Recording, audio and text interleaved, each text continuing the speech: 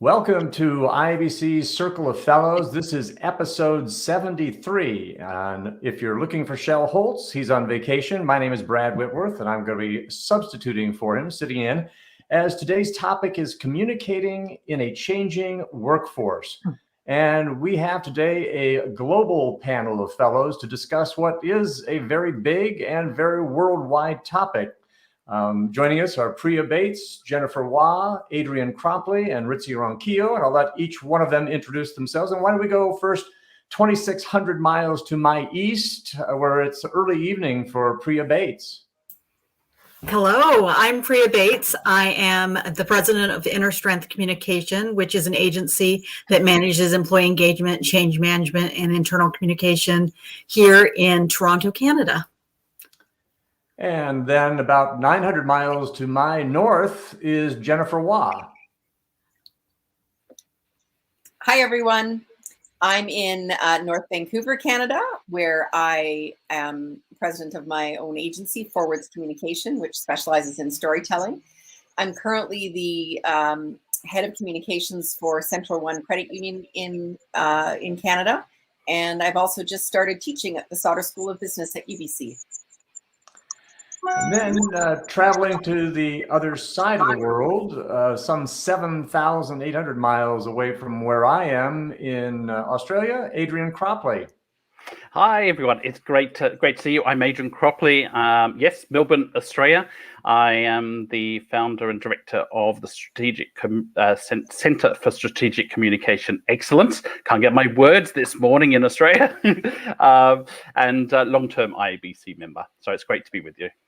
And last but certainly not least, and actually closer to Northern California where I am than it is to Australia, but that's because of that whole global flying over the top polar route kind of thing, is Ritzy Ronquillo, all the way from the Philippines, where it's a very early good morning for you.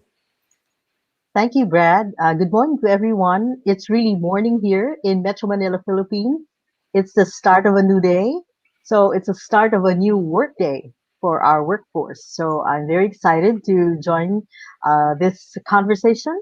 And I do consultancy here in public relations and in strategic communication here in the Philippines. My background is in the energy industry and in the construction industry, as well as in manufacturing. And that keeps everyone so busy here. So hello, everyone.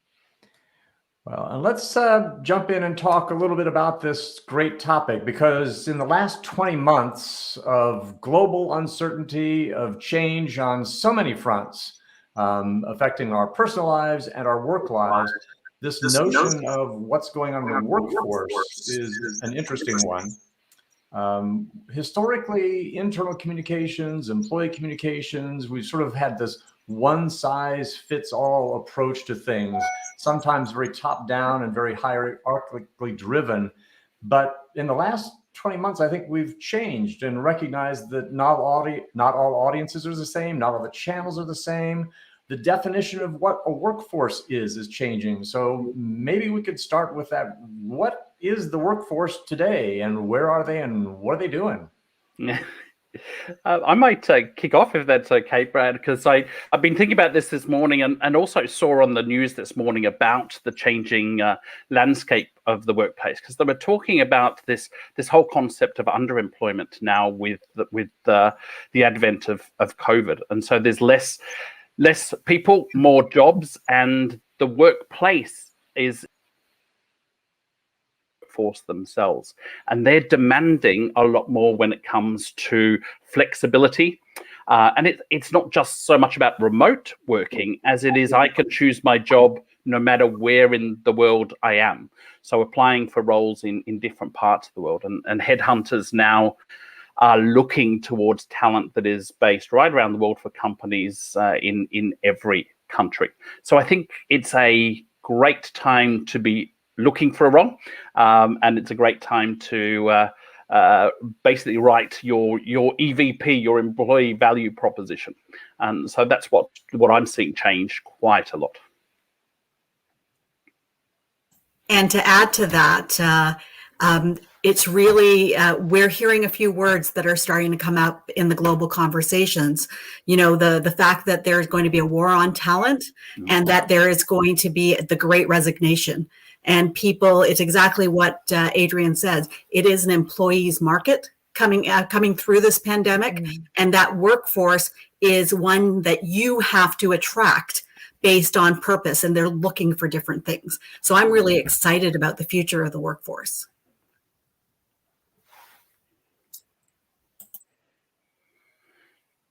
Brad, you seem to have gone quiet there. I think your microphone's not working. I think you went to say, Ritzy or Jennifer, you got anything to add to that? Yeah. That's exactly what I was saying. I also said, filling in on also, I think we're seeing so many headlines, exactly what you're talking about, with millions of employees plan to switch jobs pandemically, and Prudential saying that like 1 in 4 in the US are looking for new roles after the pandemic. And Microsoft did a survey that said 40% said that they're considering leaving. So it is that great resignation. What is the workforce that we're talking to? And is that being seen everywhere? Ritzy, I don't know whether you're seeing it in the energy industry, but one of my clients is in the energy retail space, and attracting talent in things like customer service is really tough right now, particularly at that low-end job. And reality call centers have increased because of the pandemic. So we've got lots of that, I guess, competition for even base level talent in organizations. Because of the pandemic, what has been shaping up is that work or workplace is where you're at. So the way we used to think up that if I move up in the organization, I'm going to get a place of my own, I'm going to get a full staff and all that. That's all changing. And the talent that's available, there are a lot. However, there might be a little interregnum, because then there's some who are now in school but are struggling with online learning. For some, it's over here, we still have quarantine protocol. So the educational system here is still not face to face. So there are struggles to go online because of connectivities. And what I'm hearing from the younger professionals is that whereas before the connectivity has been something as a big plus, now they're saying it's taking a toll on my mental health, because now I don't have any off time. There is no respite. The calls keep coming in. I have to juggle now the reality of running my household with my children and going to juggle it with the deadlines that are imposed on me, and they can find me anytime, anywhere. So, in fact, well, we have a booming BPO industry here. So I think it's also struggling, because the model of that was that you go to an office, so there's a huge workforce there. You have to be present, and suddenly you have protocols for quarantine, and we have curfew time. So you shouldn't be out on the street at a certain time. You have to show something that says, I work on night shifts and all that. So there are many nuances, and comp and ben, or compensation and benefits of HR now has to rethink, what are we offering people? Is it something that, like people, like in the energy industry, for example, you have to be in the field. So is it safe to go out in the field? Are we covering enough hazards? Not only the existing hazards of, say, going up the poles, but the exposure, especially with the new variant that they say is not just by touch, but is by the air. So there are many things now, but I do believe that we're very resilient as a human race, and that in time, just as we have evolved, we will evolve again. But we have to meet these challenges head on, really. Ritzy, to build on what you're saying, I think there's some similarities, I'm sure, around the world, but just thinking about the Philippines and Canada, I'm hearing something really interesting from the third-year business students I'm teaching, which is, every age group, every one of us has been deeply impacted by the pandemic, and continues to be the case. but I've just been hearing some really interesting discussions about them feeling so profoundly impacted by their year of school online, and having missed out on so much of life, and and how so many of them struggled with online learning, that it's shaping the way they're thinking about their careers to come. So they're actually, as they're, their third year, so they've got another year of school, but they're actually starting to think about the kinds of companies where they'd be less likely to have to work online and more likely to be in person, because they know about themselves that didn't work well for many of them. Well, and I think to build on what you're saying too, Jennifer, that the Gen Z and people who are really just starting out in their careers certainly have felt particularly hard put with these disruptions that have taken place in their lives, and in not knowing what normal, whatever normal was, work life was all about. So it's that's sort of another argument about we're not a one-size-fits-all employee workforce, or any audience for that matter. And I think people in general, regardless of demographic, are craving social interaction again. Right. So it's there's a lot of people are saying we're moving completely to remote and mobile, and we've made the case, which is the adoption has been incredible, and the adoption of new technology solutions has been incredible over the last few years. But I think people also want to have that connection and really have that social interaction. There's two skills that spring to mind, Priya, when you say that we're seeing as future skills, and resilience and relationship building. So that emotional intelligence stuff are the skills that are really of the future, because we're now in a world where resilience, because of these particular issues, are absolutely critical skills and attributes to have, and also that being able to build and establish relationship and that need for connection. So I think we're going to see the rise of the counselor. I don't mean the physical counselor within the organizations, but that skill set. Yeah, what I've been hearing is that the people who have been counseling, you're right, Adrian, I've been hearing from young professionals that they're now opening up and giving this a label and seeking help. And they're asking each other, who is it that you've been seeing? Can I see your counselor as well? Because I have to discuss this.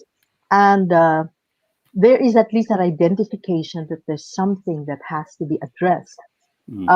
It just gets me wondering, because previous generations would go through a lot of stress, right? Especially if you're stuck in a corporate setting where there are very rigid rules. But with work from home now, there's a little bit more latitude to do what we do, and yet there is that pressure, and yet they feel the stress. So what I'm also hearing now is that some companies are beginning to ask their employees to go back to work. They have come up with each one comes up with his own style. Does he have a shuttle bus for his employees? I've heard others are saying that I asked my group 1 employees to come in for 2 weeks, stay in the office, and then group 1 goes home and group 2 comes in and stays in for another 2 weeks. But we have to address things like the fear at the back of their heads that, is it really still safe? Because I'm going to go back home to my family. And then people are also discovering the wonderful thing about working from home, which is no more long commute. I used to go to work one way through great traffic, 2 hours one way.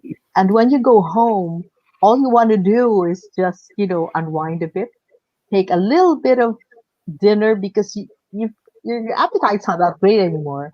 And then you just look forward to your sleep and then get up again the next night. So what happens now is that there's no more commute. So there's a little bit more me time. But for others, this me time is unnerving. It's not structured. So I think that's the work for us today. We really have to listen to each one and see what's bugging that person. You can't really lump them into this generation and that, because each one has his own internal thing to consider. So I guess it's the changing workforce is a function of what age, the attitude towards work, say any pre-existing conditions, the place, the country, social economic conditions, and yet there are so many great opportunities beyond borders now of just seeing each other face to face.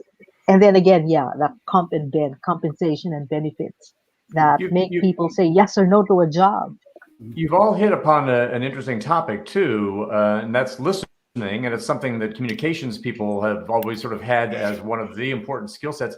Do you think that companies and organizations are really listening to employees? I mean, we sort of dealt with that physical well-being part of things, and you see some companies are having now these collective mental health days. I know, Adrian, just a week ago in Australia, you had the Are You OK Day. Maybe you could tell us what that was all about, and does everybody play? Yeah, I think in most part, people talk about it as a concept, but are they really listening? I think is the absolute crux to this. And I hate to say, but I think there's a lot of companies are not. I just don't think they're hitting the mark with this, because I think the whole concept about Are You OK Day is to be able to strike up a conversation to check in with people's mental health within organizations. And it keeps it down to the basic of how do I have those conversations. Now, what we're seeing very much across a lot of the corporates is we're embracing the campaign, the concept of it, but we're actually not digging right into it, because we're getting to the level of, I'm going to ask if you're okay, but then, if you tell me you're not, I'm not quite sure what I'm going to do with it.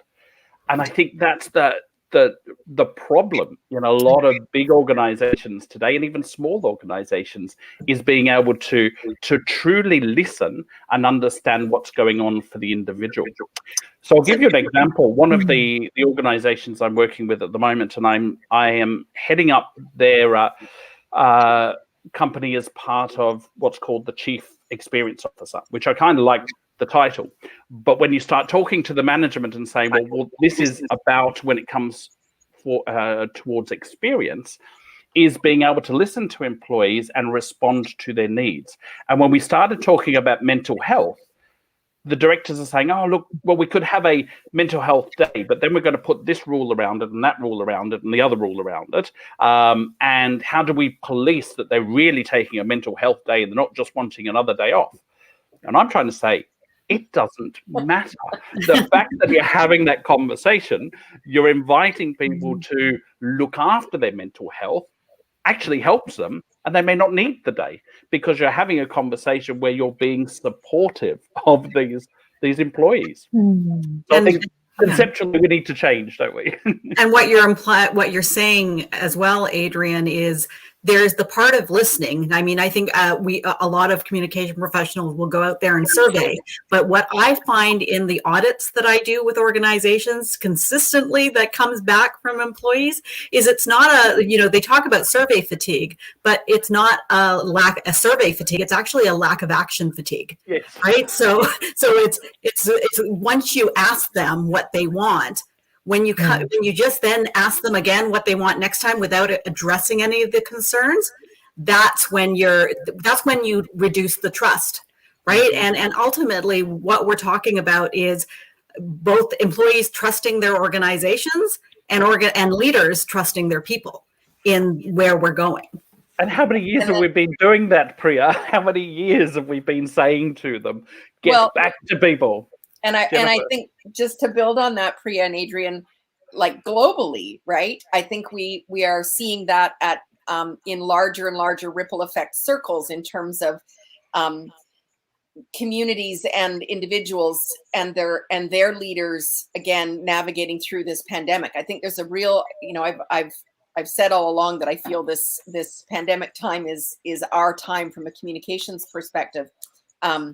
But I think there's a real opportunity for organizations to do sort of some of what you're describing, Adrian, and be part of those conversations in a different way. I think we also I think we're also going to see some redrawing of the lines. So just this week with my team where I'm working, we had this conversation about a daily huddle that we have. And how much value it's bringing, and everyone's feeling stretched and has too much to do, and so is taking 20 to 30 minutes out of your day every day to check in the right a good use of time.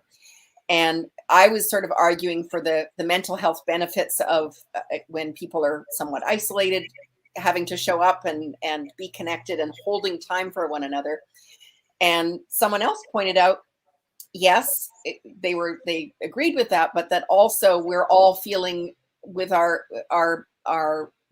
privacy and our lives somewhat invaded because we're on screen and everyone can see the mess behind me and and there's just less definition to our work days in that way. And so I think it's going to take a little while for the dust to settle in organizations and their people to figure out what is our relationship to each other. Mm-hmm. Well, and I was going to ask if you guys are seeing anything, the impromptu encounters at the office that were so valuable aren't happening. Yeah. Are you seeing any cool replacements or hearing of anything that people are doing sort of on the electronic side that still can be all inclusive? Because very soon we're going to have this hybrid workforce of some people in a workplace with others and some people preferring to and working from home, whether it's fighting the commute or what have you. But what are some of the cool communications tools that might help us overcome some of the things that we're seeing? I think that this pandemic has taught us about the importance of earnest, sincere, interpersonal communication. We've grown so used to, dishing out a mass message somewhere, or say putting it online and everyone could see it. But what I do remember is that I remember our health and safety division came out with a policy that said all leaders have to spend some time. This was pre-pandemic. Spend some time with your guys one-on-one and just do conversations. And what we were seeing was that some leaders, though they may mean well, though they may have the heart for it, just don't know how, or they're not comfortable doing a one-on-one. So it dawned on me that, especially now when the only way we can communicate is through gadgets or through the internet or through digital, is that if there is a great opportunity for us to hone our interpersonal skills, because the medium we're using now is such a close-up medium. So we just came from a training where these were different people from the government service, and I was telling them, I said, when you speak now to people, you're not giving a speech up on a stage. You're talking earnestly to people. This is like a fireside chat. So I said, uh, you just have to reach out and be your natural self. Just care about the person on the screen. It's just, and then just to make them feel a little bit more, what do you call this, excited about it, I go, you're just like on a talk show on TV. So I said, where you have to reach out, where half of your body's seen and your earnestness is seen. But I realize that it's not normal for everybody. I mean, not everyone is comfortable doing this. So I think there's a great opportunity for us communicators to help people bring out that naturalness in us, that natural care, because people now can see through. Whereas before, when you have, like, say, you give a public talk, you could be apart, you could be up on a stage. They don't see your little grimaces or nuances. You're far away. You can like project yourself so well, but now it's up close and personal. So they see really, are you blinking? Are you looking away? Or are you looking up in the air, rolling your eyeballs when they said something? So I think there's a great opportunity for us to support very good interpersonal communications, and the sincerity, the authenticity has to come out, the respect and courtesy, so that it supports again DEI. I mean, diversity, equality, and inclusion. So it's all interconnected, and we who are comfortable doing this have a great opportunity, I think, for us.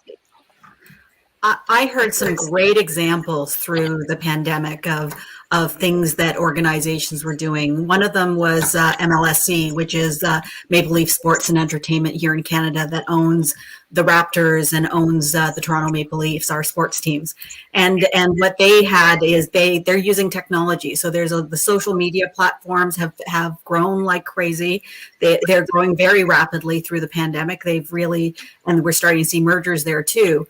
But they used the Workplace by Facebook, I think that's what it's called, app. And what they started seeing at the beginning of the pandemic is the employee, what they used to consider employee resource groups, but they'd start being created on the social network that was internal only.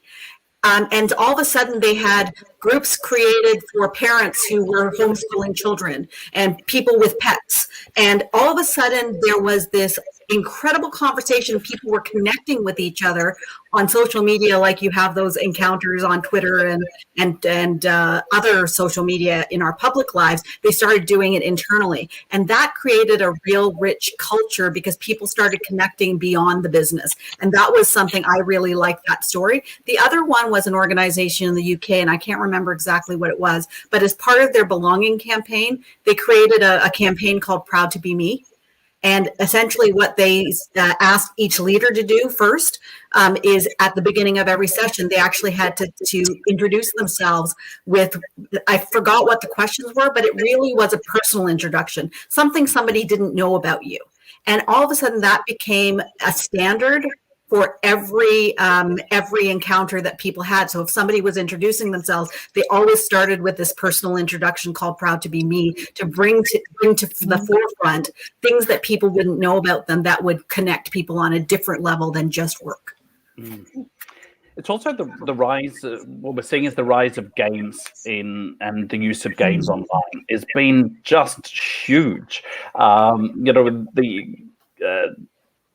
Platforms like Crowdper and so on, where you can go in, you can play bingo, trivia, where people are just kind of hanging out and having fun with each other and having a bit of a laugh. So that moving the conversations and the interaction online, as much as we want that personal touch when you're in a pandemic and you can't, and you're trying to protect the workplace and keep people apart, then those options have been really, really good. We've had some fun nights with different organizations. I mean, even one of the local church that I'm part of, with the average age demographic is in their 70s and 80s. They're people that aren't used to being online, but even those people have been starting to embrace getting online with simple interaction tools, and they've said it's just changed their anxiety levels and their connectedness to the church, which has been great. I think that sense of playfulness, Adrian, is so essential, and it's part of what's gone missing when you walk down the hallway in an organization and you sort of rib someone, or you tease them about something, or you ask them about something. And again, I think organizations and organizational culture will have to do some exploring and discovering in terms of how that shows up in workplace conversations. So I find, for example, versus, because many of us with IABC and in other ways have been doing Zoom for a lot longer than this pandemic has been around. But what I found with this most recent position is that there's a heck of a lot more playfulness, even just like in the sidebar chats, let's just say. Someone will start a chat during a meeting, and there's and they're putting in funny gifs, and they're talking about, they're paying attention for sure, but we all need that outlet.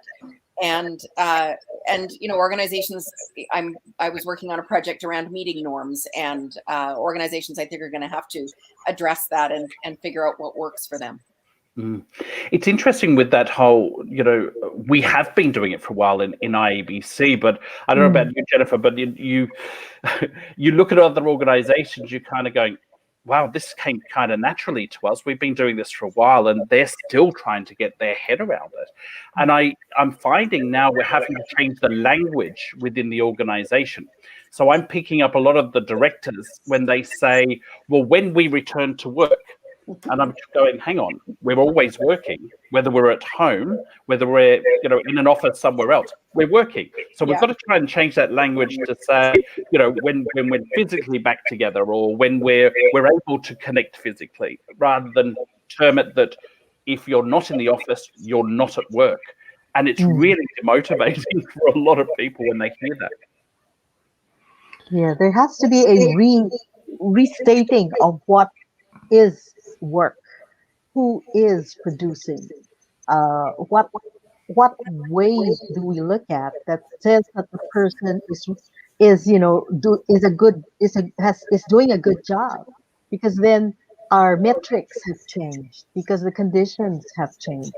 People now work from home. People are not required to sit at a desk. In fact, I've heard someone say, why should I go on a long commute to sit at a desk, face my computer, go on a long commute again back to work, back home, when if I'm just going to work on my computer, I can do it at home. So it also we have to redo what is important to us and how we measure and what metrics and what KPIs we are setting. I think that that's also on the HR side and on the management side, where it has to be well defined, because we will gravitate naturally to what we've grown so used to, and then it creates a certain dissonance or stress because it's not what we used to do. And if the system within the organization does not support the new way, then that's where you get a lot of I'm stressed. I need me time. You have all that. Brad, you remember when we both worked for HP, you in California and me in Toronto. And it was, we used to always talk about management by objective. So when Ritzy's talking about redefining what success and productivity looks like, it really is about going back to a lot of the things we talk about, which is defining the goals for that individual and managing their objectives and ensuring that they're delivering on that and being very clear about what measurement looks like. And I think I think that made it easier to adopt the technology and adopt the new ways of working and manage virtual teams, which is what I do with a virtual team that I have with Inner Strength and with a leader like me, that I'm managing virtual people. But I learned a lot through HP and that management by objective philosophy that didn't depend on people all being in the same place at the same time. Well, I think you bring up a great point, Priya. Historically, a lot of us who got into communications sort of came from that mass comms arena, where there wasn't a budget big enough to be able to do anything other than one size fits all. Let's blast it out there. We were also trying to overcome the pockets of in communications that didn't take place. I mean, some managers didn't communicate well, some places, and we figured if we got this message out to everyone, we'd be in great shape. But I think we have a lot of lessons to have learned, and we continue to learn from through that one-on-one communications aspect of things and listening to individuals as opposed to, and we still have some growing up to do. I want to sort of take that with another twist and ask you guys, for the longest time, I think we also were change communicators. It's like after decisions were made, we had to explain what the changes were and how they're going to be rolled out. And then there is this whole change management expectation that's being put on us and other leaders in the organizations. But do you see change management as a part of the communications mix going forward? Absolutely. That took hardly half a breath to say absolutely. This is a key skill that we have to take through the organization. And it's one of the things I've always said is that we have the skill as communication professionals to help organizations navigate change. What we have to do in this day and age is upskill our managers and our leaders to be able to manage change within the organization, because I still think there is a big gap in terms of the competence within organizations when it comes to change communication. And so what we've got to do is make this as simple as possible as we can for our leaders, managers within the organizations, upskill them, and we play a key role in being able to help organizations at that strategic level navigate the landscape of change. I mean, if you think about the skill sets of communication professionals, where we go in, we do the research, we understand what's happening in the audience, we know when they're actually resisting a change or the wrong language is being used, and we need to try and take through the organization that behavioral language change that's going to help them adopt to this new ways of working. So right now, as we're going through this massive change in the workplace, this is absolutely a critical skill. And Adrian, you know, I know that we'd all agree. So one of my most important partners where I'm working right now is the person, a brand new person who came in to do change management and to take the organization through some significant changes. And so we're working very, very closely. And we have a bit of a laugh about how she says people often come to her asking for a change plan when what they really want is a communications plan. And I added on to that and said, yes, and they're coming to the communication professionals and asking for a comms plan when really what they want is a business plan. But so right. I was just going to say that that I know we'd all agree that well, we absolutely as communication professionals need to be building that skill and those tools. I think it's also you know, equally important to be knowing where our skills begin and end, and be calling on those change management professionals who have the deeper dive of understanding in terms of, you know, the actual movement of human behavior across an arc, which I can take people through that. And you're right, our skills as communication professionals come into play. But when we can partner with people who like us have that depth of experience, I think our organizations are better off. Yeah. I think change is like something we eat for breakfast, lunch, dinner, and we do snacks with it as well. That's great. My last corporate job, every year there was just some massive change, whether it was at global level, regional, or national level. So I think that change unnerves a lot of people, because then it puts them in a position where they start doubting, can I hack this? Will I survive this? What is it I will lose? But it's something that I remember a colleague of mine was saying. He's a technical person, and he was saying, I can't stand ambiguity. And so I surmised that, I guess because he's in the science field, he likes absolute answers. So I told him, I said, okay, that's fine. Give me the gray. As communicators, we like gray because then we can define, we can redefine, we can put some process into it and put some sense into it. And let me walk you through the how we will do a plan for you. So they turn to us in times like that. But initially, I think that we can't do everything for them. Like back to what you've been mentioning is that reskilling, upskilling, as Adrian mentioned, the middle managers, because even before the pandemic, it was already seen that sometimes there is a bottleneck and it stops at the middle manager. I remember our CEO had a major message, and that it was a big meeting of all the senior managers, and then they were told, tell this message to your guys, make sure you go one-on-one because this is an important change. So we tested it with the people who were supposed to be the ultimate recipients, and they had it in different versions, because the people who had to say it also perhaps had their own understanding and comprehension. So then we realized that aside from the conversation that had to happen with top management, you have to equip it with some knowledge-based, key messaging that we communicators are good at. So we'll give you the at least top 3 key messages, and please constantly repeat this. And if they have questions, come to us, raise the questions so we can, continually do the conversation. That is kind of unnerving for those with the ultimate mindset. It's like 1 + 1 = 2. We're happy with gray because it gives us opportunity to define and have a purpose.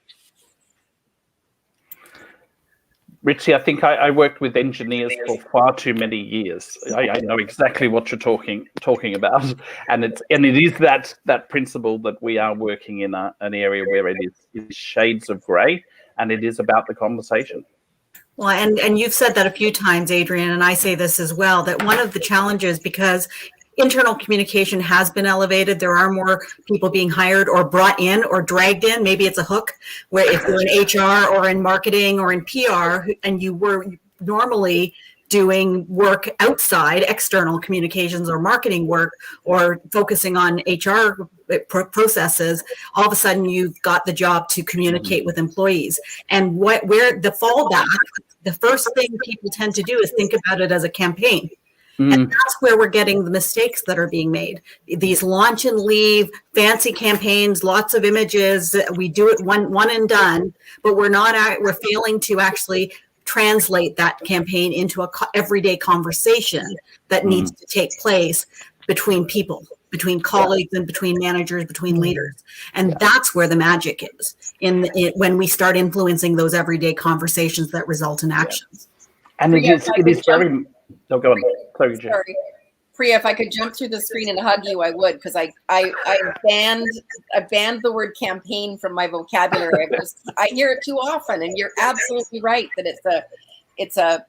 it's just a short-term fix to something that from a storyteller's perspective, that story goes on forever. It's not a singular chapter that we just leave behind and when we turn the page. So, Jennifer, I must admit, you said before it's the age of communication. We're coming of age, but it is the storyteller. I have to say that the way that we're seeing it now, and just building on what Priya said, this really needs to be a cultural change. When we're looking at different workplaces and different ways of working in this new world, this is a cultural journey we're taking people on, and storytelling and narrative is going to be absolutely key to this. Now, I mean, we've talked a little bit about some of these things, but are we up to the task of helping create those new cultures that are coming about? I mean, we are, I read one headline that said, get set for a tsunami of people changing jobs. And if you have considerable churn in an organization, what's valuable and how you communicate it is going to be another whole challenge. I think we're also even looking at whether that traditional employment contract, the relationship between employer and employee, is up for grabs, and who's in the driver's seat, and how do we recognize that maybe, again, it has to be tailored depending upon people. We've got people who are starting in a workplace who've never seen the inside of an office. So not everybody has the same starting line, not everybody's the same finish line.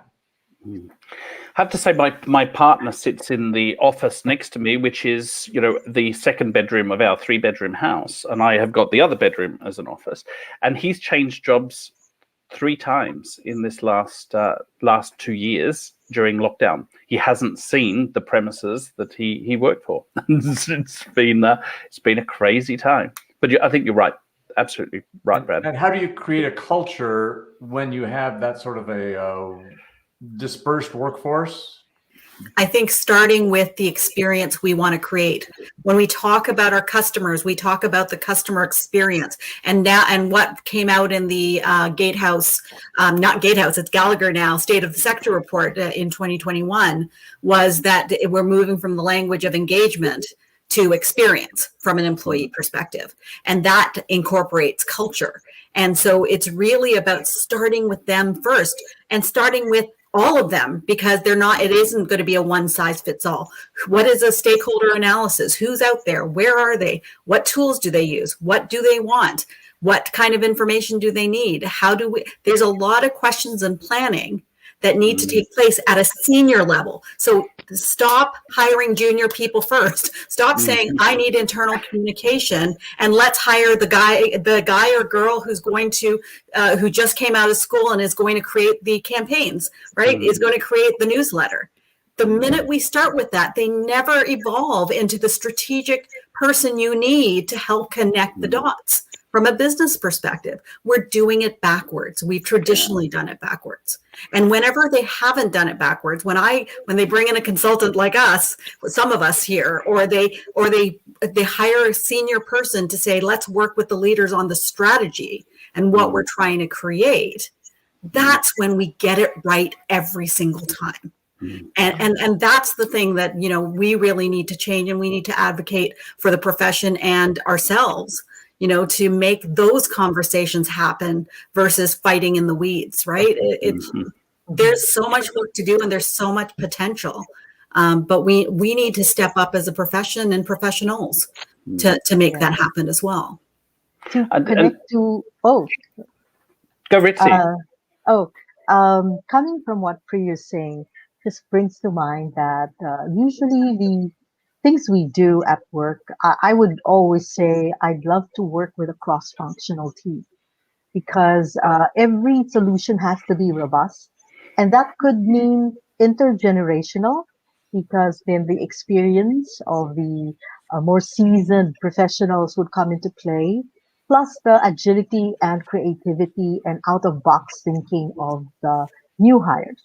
And then you will need all kinds of professions helping with a robust solution. But most important also, I think, is that top management has to have a buy-in, has to lead the pack, and has to say, folks, this is where we want to be, and I'm supporting this. So there has to be that support infrastructure from within. And then that's when change can happen, because then, if I may go back, then you now redo your KPI way, redo your performance assessment way. Then you have already ways whereby you encourage one-on-one conversations, and you reward people for doing this. It's not a waste of time to step back from your desk or from your workplace to talk with someone who's in trouble or who's going through a rough patch in his life. So for me, it's a robust team of cross-functionality. You have to work with HR, with sales, with marketing, with the technical people, and security, even health and safety, security, with your finance people. Because even if you have programs and it's not funded, it's not prioritized, then you're going to be in trouble, because then you're pushing something, but it does not have the support of the whole management team. And then, of course, everyone has to bolt in. It's got to be really a major corporate effort, or an organizational effort, with everyone knowing he has a role to play. And even with the one with the, say, a simple as, for example, turning off and on a machine, he has to know that if he doesn't turn off and on that machine, some 1 million worth of, say, products will not go out into the market. For a simple thing as that. Or say a person would say, all I do is prepare the voucher. That's all I do. So what am I here for? What's so important about me? He doesn't know those are billions of company has to have, so that it doesn't go in the red. So all these things, I think we have to define to each one. Each one has a role to play.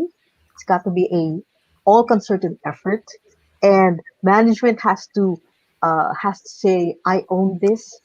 I will reward those who will support this, and provide the infrastructure for it. It's interesting that, just building on that, Ritzy, and I was telling you before that the role that I was doing in one of my my client organizations is Chief Experience Officer. And when I first started there, it was an ask from the CEO that says what we really need is a cultural change within the organization. We need, our customer experience to be bang on, our employee experience to be bang on. And as I said, what you need is somebody that's sitting at the executive level that is looking at the whole of experience for the organization. And the first thing I did when I stepped into that role is I took on the role of managing both the HR, the communication function, as well as customer service. And that brought it into that whole leading a change in the organization to make it an experience business. And the more that I stepped into it, it will start with the strategy, going back to what Priya said, is that you don't want to be able to step in with your most junior person running campaigns, right? The banned word, right? It is really about stepping into the strategy and building what journey you are going to take people on in terms of that culture within the organization, and then positioning your most strategic communication professional that can connect and take all of those areas and bring them all together, as you were saying, Ritzy.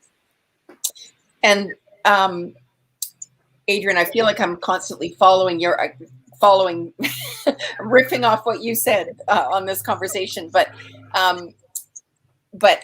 you're bang on. And I think when for your organization to have brought someone in to be looking all of that reflects the kind of reset that I think companies are going to need to be doing more and more, that I kind of keep harping on, which is it's not business as usual. And that's part of why we're seeing this great resignation, and there will be a huge cost to that in addition to the costs related to the pandemic. But when you look at Maslow's hierarchy of needs and the fact that basic physical needs and safety have felt, for many people, have felt threatened over the last while, and in many cases still are. It's hard to move on to that next level of sort of evolution and experience. From a tactical point of view, I was going to observe that again, that in terms of this hybrid workforce situation, I think one of my clients is sort of struggling with the fact that they've hired people during the pandemic who are located elsewhere and who have never met anyone within an office. And yet their longer term employees have been, in some cases, asking or telling, I moved during the pandemic to look after my elderly parent, or I moved to work in a more rural location because it was more affordable, or I'm going to. And the employer is saying, no, our expectation is that you'd be available to come in 1 day a week or whatever the case may be. So there's going to have to be some reconciliation, and there's a role for communications in that. I was going to ask a question because I'm surrounded by a group of people. I don't want to add up the collective years that we've been doing this kind of work because it would be a staggering number. But if I were listening to this and I don't have the experience that this group does, where do I go to learn this? Is it just from the School of Hard Knocks, or is there any place to learn how some of this new way of going about doing communications? It's not necessarily social media. It's not the campaign. It's not the how do you learn this? IBC. Yeah, I was waiting for somebody to say it. I thought somebody's going to jump straight in there and say IABC and I was about the to say academy. and your network. I mean, you can't underplay the whole fact that, and I think every one of us here on this call has gained experience through the network that we've got through IEBC, and tapping into the wealth of knowledge that is there. Obviously, there is training courses out there, certainly through the IEBC Academy, through organizations like mine, that people can go to and get the training. Experience is the absolutely critical key here, and I would absolutely make a plea for things like mentorship, coaching, things, because a lot of these particular skills around culture, change, they're things that, yes, you learn on the job, but you kind of need a good partner with you that's been through the School of Hard Knocks, can share that experience. So that combination, bit of formal training, absolutely the network, IEBC, and making sure that you're connecting with the people that do this thing everywhere they are. Don't underestimate all the free resources that are out there now too. One of the things that happened during the pandemic, for good or for bad. I don't know. Some people who offered the payment probably aren't happy about it. But a lot of the technology companies stepped up in the internal communication space, especially, and have resources available. So I know I've partnered with Populo to do a return to hybrid workplace guide and webinar that is free. We're doing the same thing with internal communications budgets and how to negotiate I think next week or a couple weeks from now. So they're collaborating with experts and thought leaders in the field to provide content because it's needed right now. So there's at least basic level information available. And then what I'm also seeing, and I'm thinking of doing the same thing myself, is especially in the UK, a lot of people are using like communication coaches, if you will. They're not necessarily, I'm careful about using the word coach because I think you should be a certified coach to use the word coach. So some are certified, some are more, call themselves mentors or trainers, but they're actually working alongside communication professionals who may be on their own or don't have the experience, but they've got somebody experienced who's been there, who they pay as a coach to work alongside them and consult with along the way. And I think the coaching has grown a lot in the last few years. I think we're going to see more of that. Yeah. I guess the other question I was going to ask is, I mean, that's sort of from our perspective, how flexible do you see organizations? Because I mean, a lot of what we've been talking about is asking employers to give up control that they used to try to pretend that they exerted. Whether it was on this is the set of equipment that you're going to use, and they've had to get a little bit more liberal with it. It wasn't just the standard issue desktop computer and the phone and you're on your own. You started to see the creeping in of bring your own device to work. You had to see this, it's maybe even less expensive for us to set up your home office than it is for you to have to come and spend time in a central headquarters. I have a friend who said that, if before you had a headquarters of 800 people, you now have 800 headquarters. So, that requires a lot of giving up control on the part of our leaders and our CEOs. Do you think that they're up to that? I think they were forced to, right? I think it happened during the pandemic, whether they liked it or not. They were forced to adopt the technology, create the flexible, allow people to work remotely and mobily. And what we heard is that's the fact that companies still were running surprised a lot of those leaders who were skeptical. So the adoption of technology and the acceptance that this can work, the model is workable, I think has happened. I think where I'd like to see more investment is in that more purposeful, strategic communication, because the Gallagher State of the Sector said that although internal communication was really run off their feet, on their hamster wheel, if you will, their numbers stayed the same, and their budgets in most cases stayed the same or dropped, even though the work was more critical. That concerns me because we invest in what the leaders invest in what matters. I don't think the leaders understand the role or the potential role of communication yet. I think for some organizations, we sometimes do get lucky that there are CEOs and top management who understand this.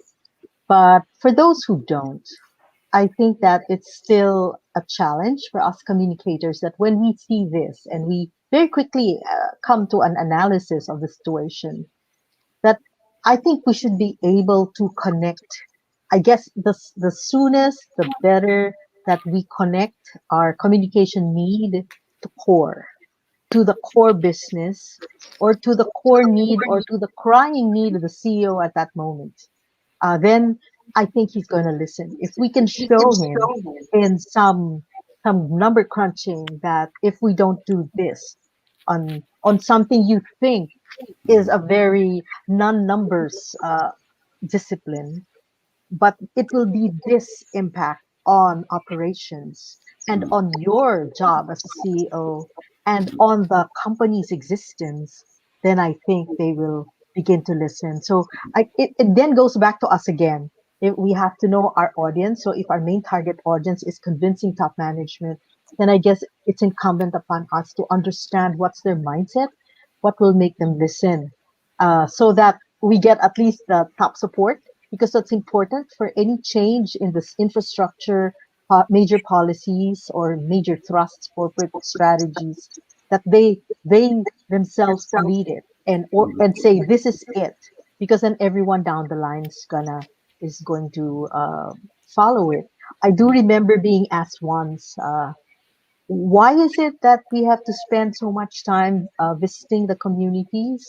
Uh, why then a computation is made of the the travel, the place where you will stay, the food, and all the extraneous expenses, that supposedly expenses had to go with it.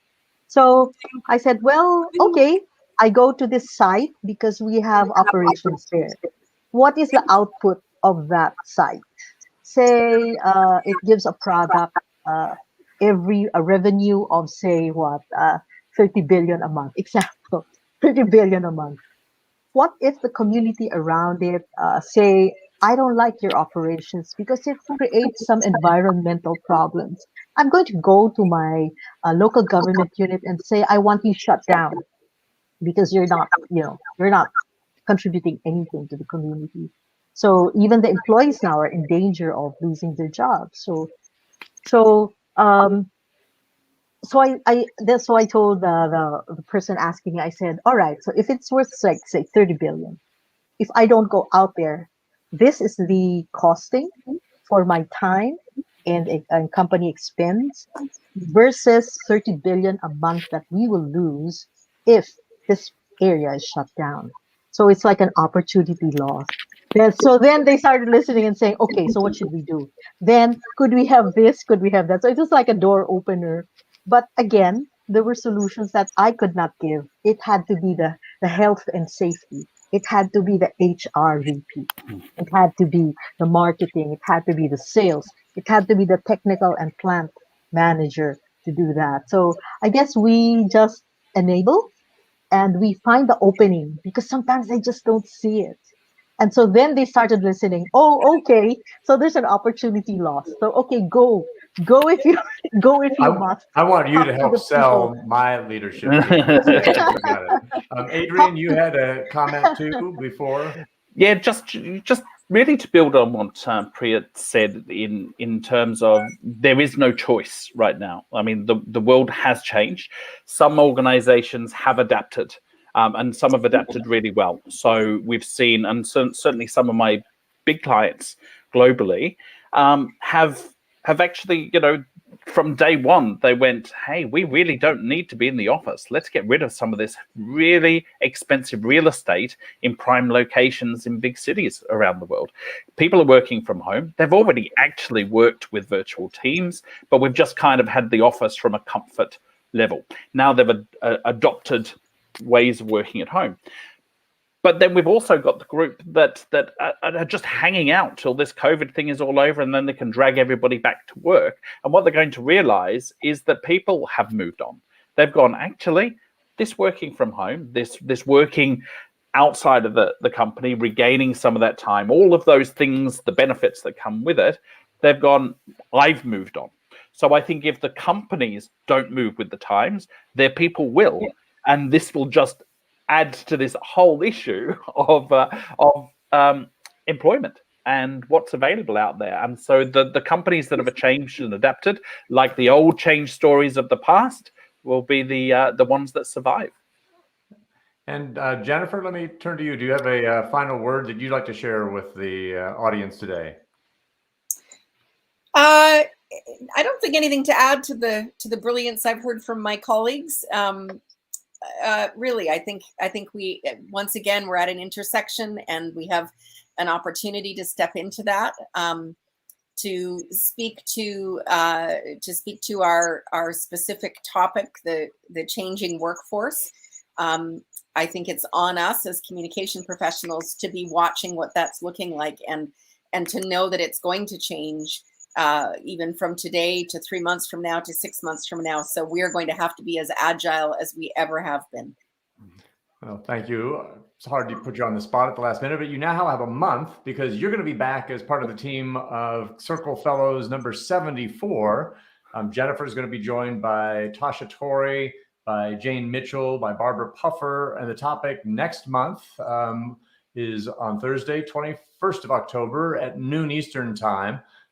Communications ethics, and Shell Holtz will be back in this seat to lead this august group. I do want to thank my team today that includes the 4 people you see with me: Priya Bates, Jennifer Waugh, Adrian Cropley, Ritzy Ronquillo. We can't forget Anna Willie, who is in a sense our executive producer behind the scenes, who makes all of it happen. And for Shell Holtz, I'm Brad Whitworth. Thanks for joining us today, and we'll see you again for the next Circle of Fellows.